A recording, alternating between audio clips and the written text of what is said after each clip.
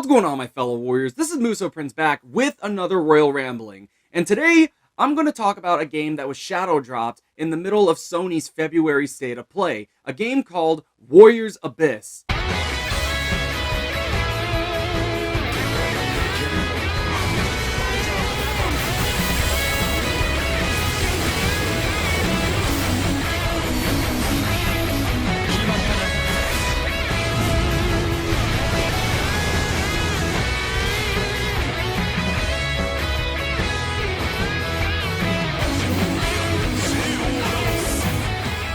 Now, so far this year, us Warrior fans have been eating really well, because at the beginning of January, we were given Dynasty Warriors Origins, which, as you guys know, I am having so much fun playing right now. But in February, we were given this crossover between a Musou game and a roguelike, like Hades, weirdly enough. And to be honest, this actually kind of works after I have been playing it for a few hours and a couple of days. So what exactly is the story of this kind of game? Well, like your usual typical Warriors crossover game, someone has summoned the warriors of the Three Kingdoms era of China and feudal Japan to help them out with their problems. This in particular is Lord Enma in the region of Hell. Yes, we are literally dragged to Hell by the King of Hell himself in order to stop this creature and his minions called Goma. Yeah, I know, I'm getting a lot of Ashura's Wrath coming from that name, like Jesus. But pretty much what Enma wants us to do is that he wants us to help him seal away Goma so that him and his undead legions can stop destroying the realm of Hell.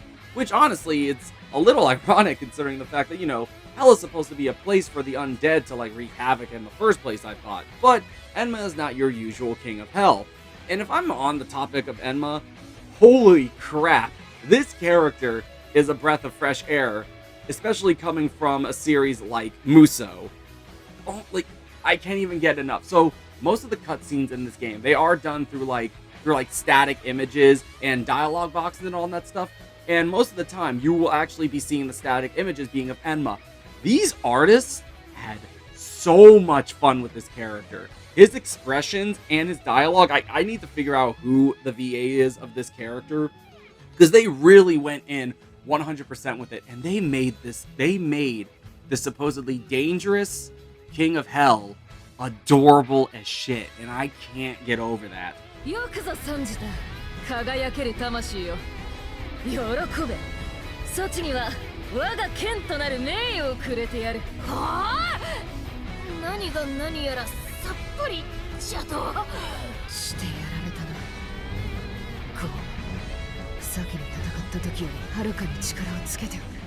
So yeah, premise is short and to the point, as what I want for all of my Warriors games to be.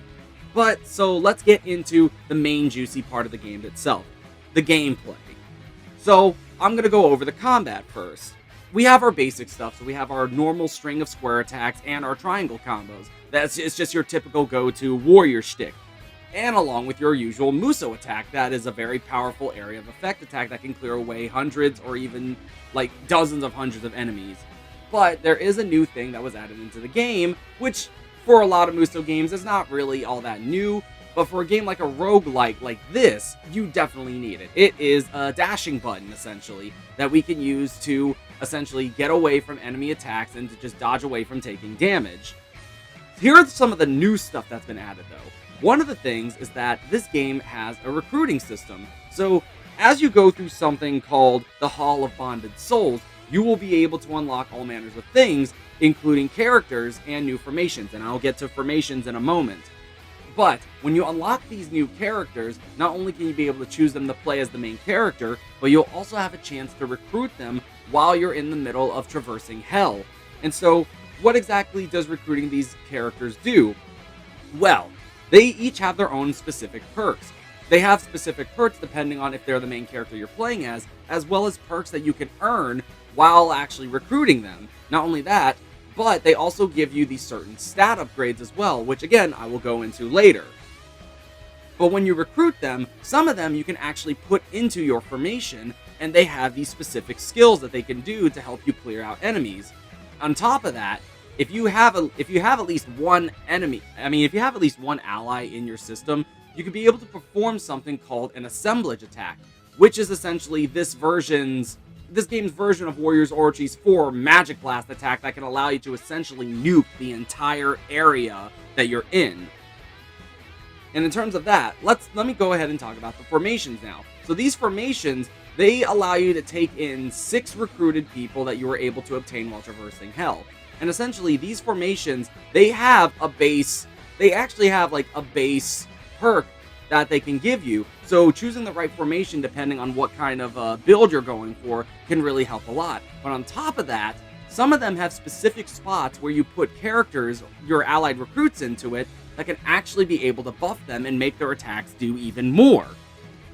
And now onto the stats. So, as you know, every single roguelite, you are essentially given a chance to upgrade certain stats to essentially help you with a build that can help you get through the game.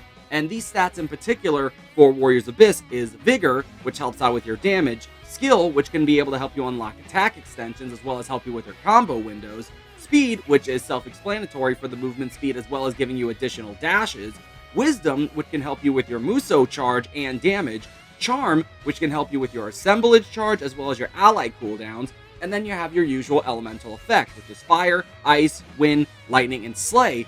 But on top of that, it actually has an extra feature that makes it easier for you to keep track of what can help you and benefit you in your run. They actually utilize a power gauge, which keeps track and also adds onto it depending on what skills and what characters you recruit. Which I honestly think is a really fresh set that can help new players ease into the game, because people sometimes don't really understand what could be good for them in the current build that they're going for. So I do like that they added that. And on top of that, as you're traversing through Hell, you can actually get these special events. One of these special events is missions. Sometimes you can go into new levels and you are given this mission where if you complete it, you could be able to get new abilities as well as, more currency and things like that. Next up are Peach Gardens, which not only when you eat something from the Peach Garden, it increases your maximum health as well as heal you up a bit as well. Next are Cauldrons, which take the currency called, I think they're called blood tears if I remember correctly, or blood crystals or something like that. But essentially, the Cauldrons can allow you to use blood crystals in order to purchase new recruits as well as new formations. And also, this is a little tip, when you unlock the formations in the Hall of Bonded Souls, you essentially unlock them to be purchased in the Cauldrons in essentially any of your new playthroughs through Hell. Which honestly, I did not get that at first. I thought when you unlock them, you essentially have them unlocked forever. But no, you actually have to go to the Cauldrons and you have to unlock them in your playthroughs, which I honestly thought was interesting to say the least. And then finally, and this is one of the more interesting aspects for the special events, is that they have something called memories. And what these things do is that they appear here and there and they give you a scenario. And they will give you these choices that can give you benefits or debuffs and stuff for certain phases. And sometimes it will actually require you to have certain stats or certain amount of currency in order to get the really, really good choices for these memories. And on top of that essentially is like all of the combat for the game. It seems like that there's not a lot, but when you really play the game and you go into the depth of how much they can go, some of these builds can be really insane, especially depending on the character that you use. So without that, let me go ahead and talk about the pros and cons of this game now. So what are the pros?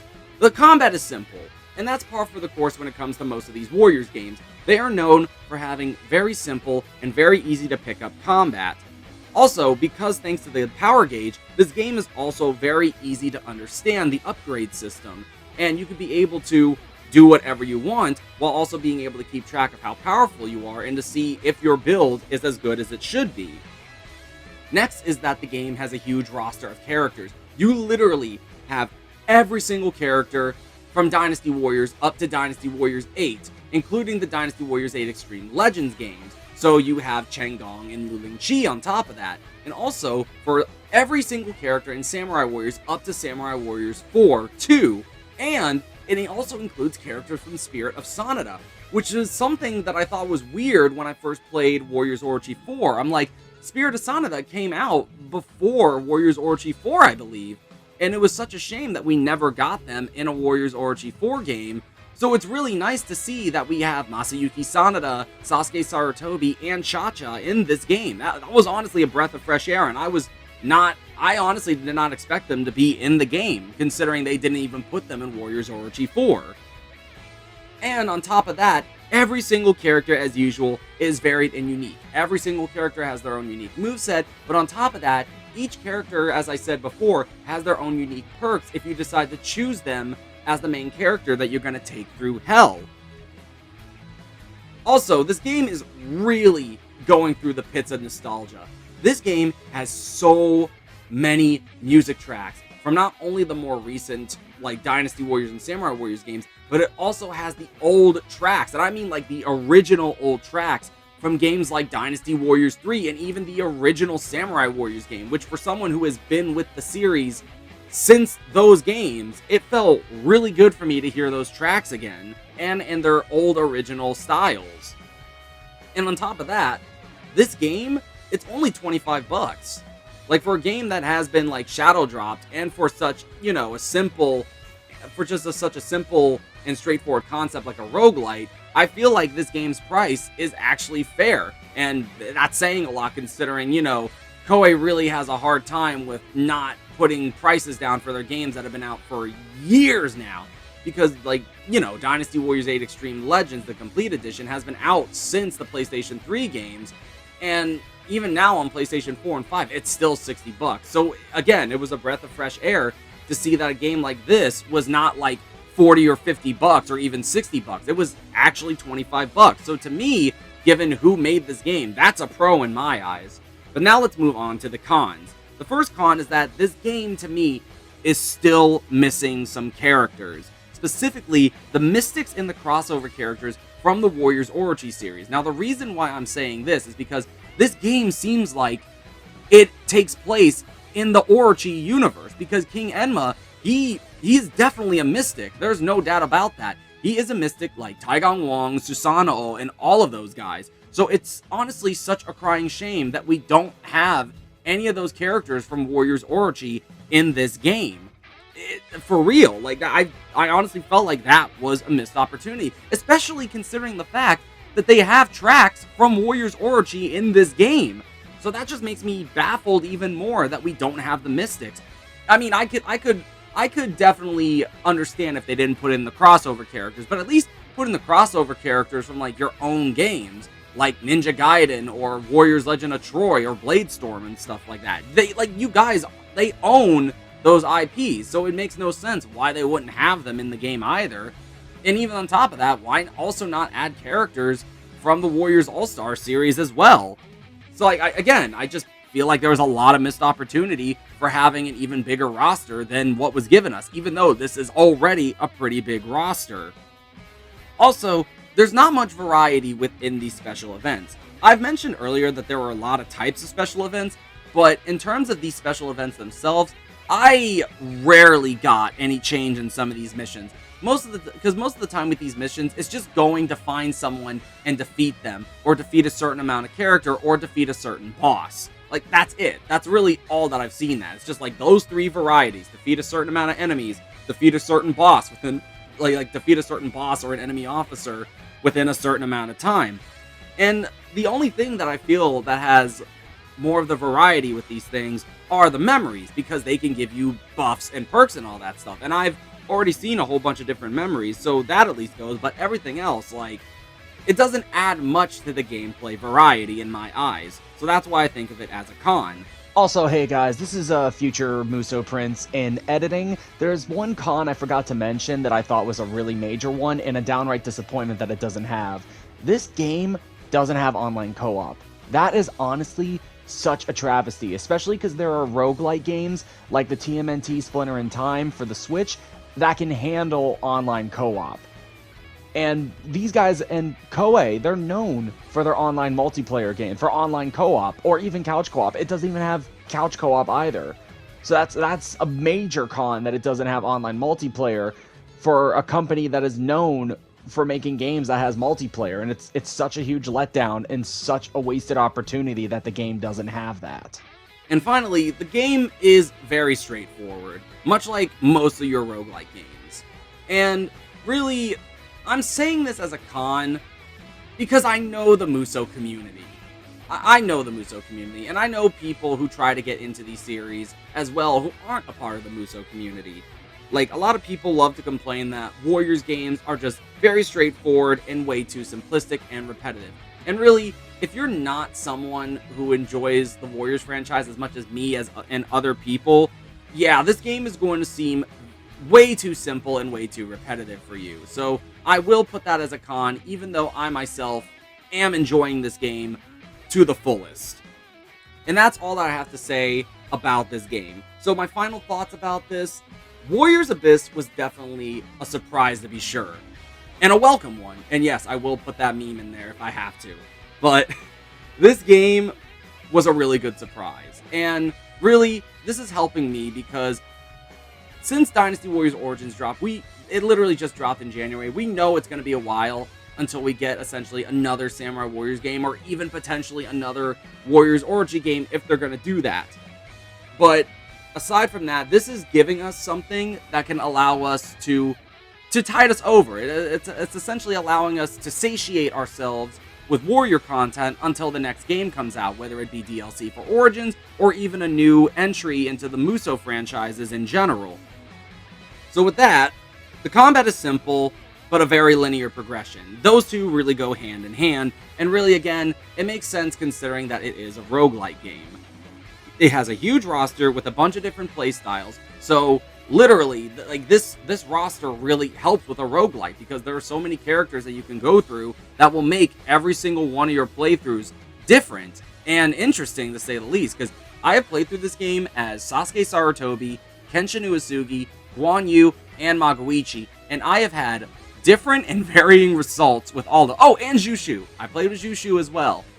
And all of these playthroughs had such different, varying degrees. Because with Guan Yu and Kenshin, they're all about power. So you would have to build them around power and such. And then with characters like Magoichi, Sasuke, and Jushu, they're like all about speed. So you have to help them more with their speed and stuff like that. So having such a huge roster really does benefit this game, considering what it's trying to do. And then bottom line is, Enma is the best thing in this game. He is the best thing to interact with, to watch, and I swear to God, if they make a Warriors Orochi 5 and they don't put Enma in that game, I will riot. I will riot. I've only played this game for a couple days, for about a few hours, and I'm already in love with this character, and he needs more shine outside of this game. Because the interactions with him, they were gold. All of them were just pure gold. The writers did amazing with him, in my opinion. And we really need him in a future Warriors Orochi game. Because I would love to see what his playstyle would be. And again, it's a great price for what it is. It's a roguelike game with a very simple structure, and albeit a small story with very simple gameplay. So $25, it's really freaking good price in my opinion. So with all of that said, taking into both the pros and cons, I would have to give this game an 8 out of 10.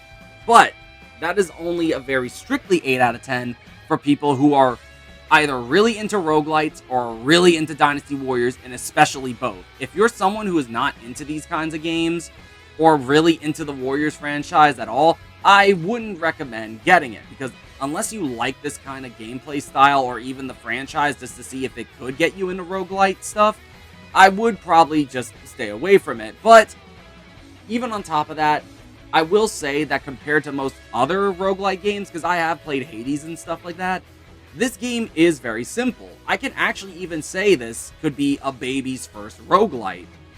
Because given the simplistic and really bombastic style of Warriors combat, it could be for anyone. Like, anyone can easily pick this up. No problem. So, with all that said, yes, I will keep this at an 8 out of 10. Because this game, and for such a shadow drop game, I highly recommend people get it. Especially if you're a Warriors or a roguelite fan. So I really do want to thank you guys for listening to this. And if you guys notice that I've been stuttering, or maybe even like trying to have a hard time like finding my thoughts more often with these things, this is like the new style that I wanted to try out for my Royal Ramblings, because I'm like, You know, I should be rambling about these things. It's literally in the title, because a lot of my starting royal ramblings, they've mostly been scripted sequences that I talk about for my points. But recently with this, as well as a lot of Dynasty Warriors Origins stuff, I have been trying to keep it a little more scriptless and just trying to talk about what's on my mind. And I would like some feedback from you guys. If you guys like this new format, this new relaxed, chilled, just talk about what first comes up in my head, then let me know. Or if you guys think that I should be able to put my thoughts into a more formatted, scripted sequence, again, just let me know. But without further ado, I really hope that you guys enjoyed me talking about this game, because really, this is a surprise. I was not expecting this game at all. And honestly, it's really surreal to be saying we have a Warriors roguelike game. It's crazy the kind of timeline us Musou fans are living in. We are definitely eating really well with this game and Warriors, and Warriors Origins and all that. So I really do hope that you guys enjoy this, and I cannot wait to see you all within the next project that I plan on doing. Later, guys!